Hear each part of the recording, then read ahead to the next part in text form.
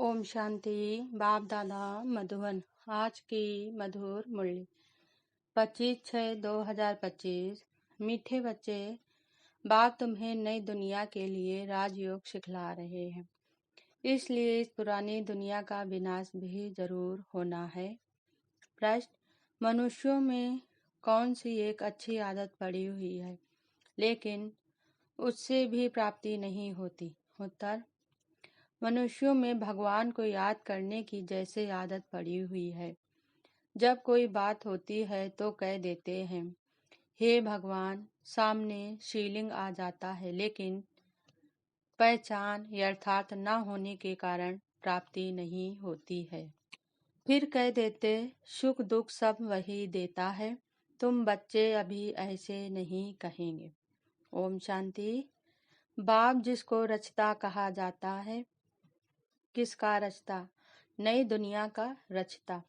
नई दुनिया को कहा जाता है स्वर्ग व सुखधाम। नाम कहते हैं परंतु समझते नहीं हैं। श्री कृष्ण के मंदिर को भी सुखधाम कहते हैं। अब वह तो हो गया छोटा मंदिर। श्री कृष्ण तो विश्व का मालिक था। आज की मुरली से मुख्य पॉइंट: दुनिया में तो यह भी किसको पता नहीं है ब्रह्मा विष्णु शंकर कौन है। शिव तो है ऊंच ते ऊंच भगवान। फिर प्रजापिता ब्रह्मा कहाँ से आए? प्रजापिता ब्रह्मा तो जरूर यहाँ ही चाहिए ना, जिससे ब्राह्मण पैदा हो। प्रजापिता माना ही मुख से डाप करने वाला। तुम हो मुख वंशावली। अब तुम जानते हो कि कैसे ब्रह्मा को बाप ने अपना बनाकर मुख वंशावली बनाया है। बाप ने अपना परिचय दिया है कि मैं छोटी बिंदी हूँ। मुझे ही ज्ञान का सागर कहते हैं। मुझ बिंदु में सारा ज्ञान भरा हुआ है। सब एक बाप के बच्चे ठहरे ना। कोई फिर कह देते कि वह तो सर्वव्यापी है। तेरे में भी है, मेरे में भी है। अरे तुम तो आत्मा हो, यह तुम्हारा शरीर है। फिर तीसरी चीज कैसे हो सकती है? आत्मा को परमात्मा थोड़ी ही कहेंगे। जीव आत्मा कहा जाता है, जीव परमात्मा नहीं कहा जाता। अभी तुम समझते हो हम पुरुषोत्तम बन रहे। तुमको ही यह बुद्धि में है कि हम शांति धाम के रहने वाले हैं। फिर हम आकर 21 जन्मों की प्रारब्ध भोगेंगे। तुम बच्चों को अंदर में खुशी से गदगद होना चाहिए कि बेहद का बाबा शिव बाबा हमको पढ़ा रहे हैं। वह ज्ञान का सागर है, सृष्टि के आदि मध्य अंत को जानता है। रावण राज में तुम्हारे सब कर्म विकर्म ही हो जाते हैं। सतयुग और त्रेता में रावण ही नहीं, इसलिए वहाँ कोई कर्म विकर्म नहीं होता है। अभी बाप कहते हैं यह रावण राज ही खत्म होना है। राम राज्य की स्थापना शिव बाबा कर रहे हैं। तुम जानते हो यह चक्र कैसे फिरता है। भारत ही फिर गरीब हो जाता है। भारत आज से 5000 वर्ष पहले स्वर्ग था। इन लक्ष्मी नारायण का राज था। माया का तूफान ही ना आए, योग लगा ही रहे तो कर्मातीत अवस्था हो जाए।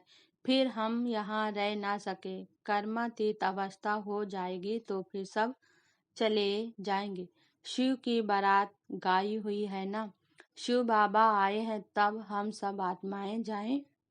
हम सब आत्माएं जाएं। शिव बाबा आते ही हैं सबको ले जाने। सतयुग में इतनी आत्माएं थोड़ी ही होगी। अच्छा, धारणा के लिए मुख्य सार। पहली पॉइंट: शिव बाबा को अपना वारिस बनाकर सब कुछ एक्सचेंज कर देना है। वापिस बनाकर शरीर निर्वाह भी करना है। ट्रस्टी समझ कर रहना है। पैसे कोई भी पाप कर्म में नहीं लगने हैं।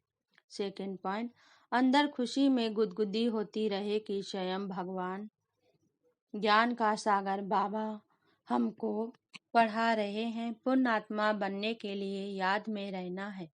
माया के तूफानों से डरना नहीं है। वरदान आज बाबा ने दिया। सत्यता के आधार पर एक बाप को प्रत्यक्ष करने वाले निर्भय आठर्ती स्वरूप भव। सत्यता ही प्रत्यक्षता का आधार है।